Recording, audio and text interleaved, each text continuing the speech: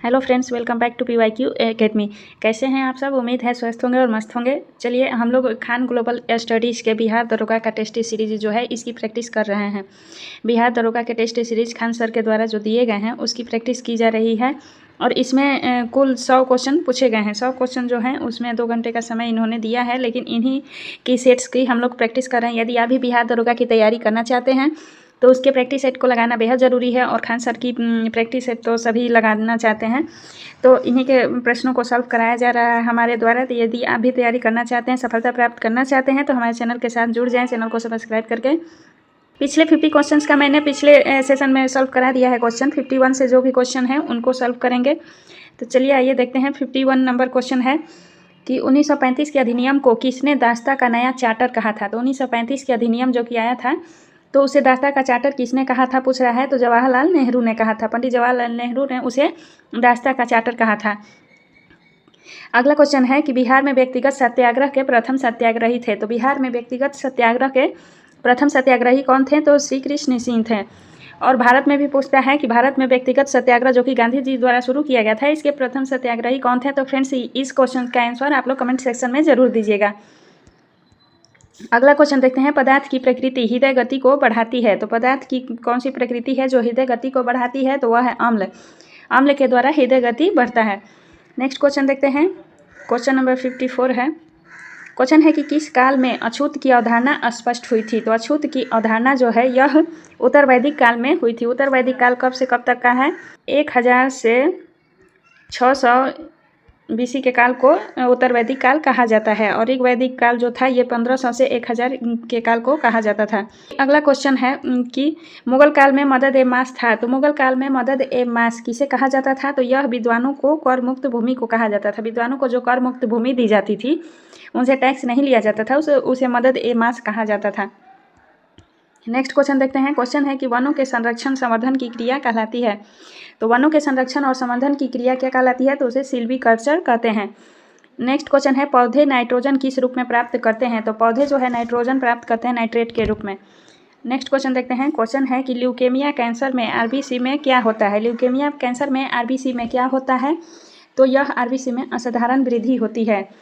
Next question है Mendel का आनुवंशिकता सिद्धांत आधारित है। तो मेंडल का आनुवंशिकता का सिद्धांत किस पर आधारित है? यह लैंगिक जनन पर आधारित है। लैंगिक जनन होगा option number B.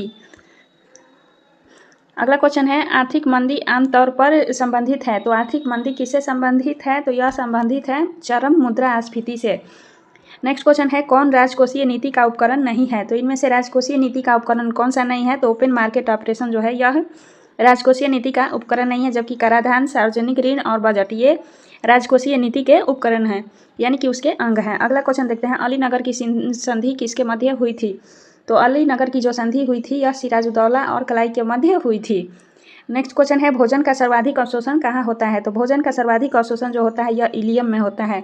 Option number C right है, इलियम।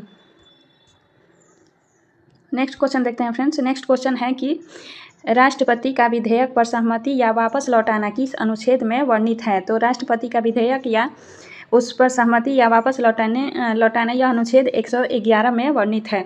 राष्ट्रपति चाहे तो किसी भी विधेयक को सहमति प्रदान कर सकता है और यदि वह उस पर सहमत नहीं है तो उसे वापस भी लौटा सकता है विचार के लिए।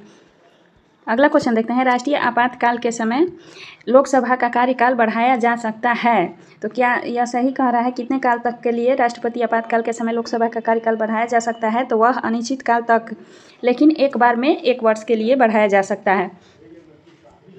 नेक्स्ट क्वेश्चन देखते हैं जीवाणुओं की कोशिका भित्ति बनी होती है। तो जीवाणुओं की कोशिका भित्ति किससे बनी होती है? तो इसका राइट ऑप्शन जो है सी होगा, काइटिन की बनी होती है। नेक्स्ट क्वेश्चन है सहकारी समितियों को संवैधानिक दर्जा प्राप्त हुआ। तो सहकारी समितियों को संवैधानिक दर्जा कब प्राप्त हुआ था? तो यह हुआ था 97वां संशोधन, संवैधानिक संशोधन के द्वारा सहकारी समितियों को संवैधानिक दर्जा प्राप्त हुआ था। अगला क्वेश्चन है कि आय की असमानता का माप किया जाता है। तो आय की असमानता का माप किया जाता है लॉरेंज कर्व द्वारा। ऑप्शन बी राइट है। प्रधानमंत्री की नियुक्ति राष्ट्रपति करेगा किस अनुच्छेद में वर्णित है। तो यह अनुच्छेद 75(1) में वर्णित है कि प्रधानमंत्री की नियुक्ति राष्ट्रपति के द्वारा की जाएगी।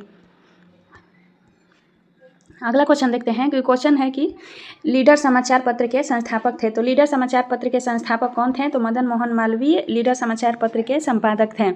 जवाहरलाल नेहरू ने भी कई पुस्तकों का संपादन किया था। तो क्या आप सभी को याद होगा? तो कमेंट सेक्शन में ज़रूर बताइएगा कि इनके द्वारा संपादित पुस्तक कौन सी है। अगला क्वेश्चन है नमक को बर्फ में मिलाने पर हिमांक घटता है बढ़ता है, क्या होता है? तो नमक को बर्फ में मिलाने पर हिमांक जो है यह घटता है। ऑप्शन नंबर बी राइट है। नेक्स्ट क्वेश्चन देखते हैं पृथ्वी के लिए पलायन वेग का मान है। तो पृथ्वी के लिए पलायन वेग का मान कितना है? तो यह कितना होगा? तो 11.2 किलोमीटर सेकेंड होगा। पृथ्वी के लिए पलायन वेग का मान कितना है? तो 11.2 किलोमीटर सेकेंड है।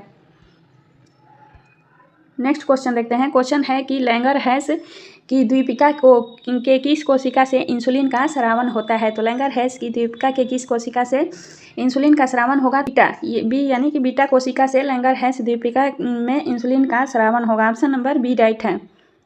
नेक्स्ट क्वेश्चन देखते हैं। एक मोबाइल फ़ोन चार्जर है। एक मोबाइल फ़ोन कैसा चार्जर है? तो यह है स्टेप डाउन ट्रांसफार्मर। अगला क्वेश्चन देखते हैं। क्वेश्चन है कि वस्तु की मात्रा बदलने पर क्या अपवर्तित रहेगा? तो वस्तु की मात्रा बदलने पर घनत्व जो है यह अपवर्तित रहेगा। नेक्स्ट क्वेश्चन है दीवान ए मुस्तखराज विभाग की स्थापना किसने की थी? तो दीवान ए मुस्तखराज विभाग की स्थापना अलाउद्दीन खिलजी ने की थी। इल्तुतमिश ने, जो कि कुतुब मीनार का यह निर्माता था, यानी कि कुतुबुद्दीन ऐबक उसका तो कार्य निर्माण शुरू किया था, लेकिन पूर्ण इसी ने कराया था। इसी ने चालीसा दल का गठन भी किया था। और मोहम्मद बिन तुगलक, जिसे पगला बादशाह कहा जाता है, किंतु यह सबसे शिक्षित बादशाह भी यही था। अगला क्वेश्चन देखते हैं। सिंध का विलय कब किया गया था? तो सिंध का विलय कब किया गया था? तो 1843 में सिंध का विलय किया गया था। अखिल भारतीय किसान सभा का प्रथम अधिवेशन कहाँ हुआ था? तो यह हुआ था लखनऊ में। अखिल भारतीय किसान सभा का प्रथम अधिवेशन लखनऊ में हुआ था। और इसके प्रथम अध्यक्ष कौन थे? तो सहजानंद सरस्वती थे। अगला क्वेश्चन देखते हैं। इंडियन रिफॉर्म एसोसिएशन की स्थापना की थी। तो इंडियन रिफॉर्म एसोसिएशन की स्थापना किसने की थी? तो केशव चंद्र सेन ने इंडियन रिफॉर्म एसोसिएशन की स्थापना की थी। नेक्स्ट क्वेश्चन है 1857 की क्रांति के समय ब्रिटिश प्रधानमंत्री थे। 1857 की क्रांति के समय प्रधानमंत्री कौन थे? तो पाल्मस्टन थे। पाल्मस्टन के ही काल में भारत में 1857 की क्रांति हुई थी। और यह कहाँ से शुरू हुई थी? तो मेरठ से शुरू हुई थी। अगला क्वेश्चन है कि महाराष्ट्र सरकार द्वारा पहला उद्योग रत्न पुरस्कार दिया गया है। तो महाराष्ट्र सरकार द्वारा पहला उद्योग रत्न पुरस्कार किसे दिया गया है? तो यह रतन टाटा को मिला है। भारत ने चंद्रमा पर अंतरिक्ष यात्री भेजने का लक्ष्य रखा है। कब तक? तो यह 2040 तक भारत ने चंद्रमा पर अंतरिक्ष यात्री भेजने का लक्ष्य रखा है। याद रखिएगा 2040। अगला क्वेश्चन देखते हैं। हाल ही में चंद्रमा अंतरिक्ष यान को चलाने के लिए भाप का उपयोग किस देश की एजेंसी ने किया है? तो चंद्रमा अंतरिक्ष यान को चलाने के लिए भाप का उपयोग कौन से देश ने किया है? तो यह जापान ने किया है। नेक्स्ट क्वेश्चन पे आते हैं। क्वेश्चन है कि गजह कोथा अभियान प्रारंभ किया गया है। तो गजह कोथा अभियान किसके द्वारा प्रारंभ किया गया है? तो यह असम सरकार के द्वारा प्रारंभ किया गया है। नेक्स्ट क्वेश्चन है अबला जीवन है तुम्हारी यही कहानी। कह रहा है, यह पंक्तियाँ कह रही है कि अबला जीवन है तुम्हारी यही कहानी, आंचल में दूध और आँखों में पानी, उपरोक्त काव्य में रस है, इस काव्य में कौन सा रस है? तो यह हिंदी ग्रामर का क्वेश्चन है और इसमें करुणा रस है, यानी कि करुणा दर्शाया जा रहा है स्त्री पर कि अबला जीवन है तुम्हारी यही कहानी, आंचल में दूध और आँखों में पानी। तो इसमें कौन सा रस है? तो करुणा रस है। कुल रस कितने हैं? तो 9 रस होगा।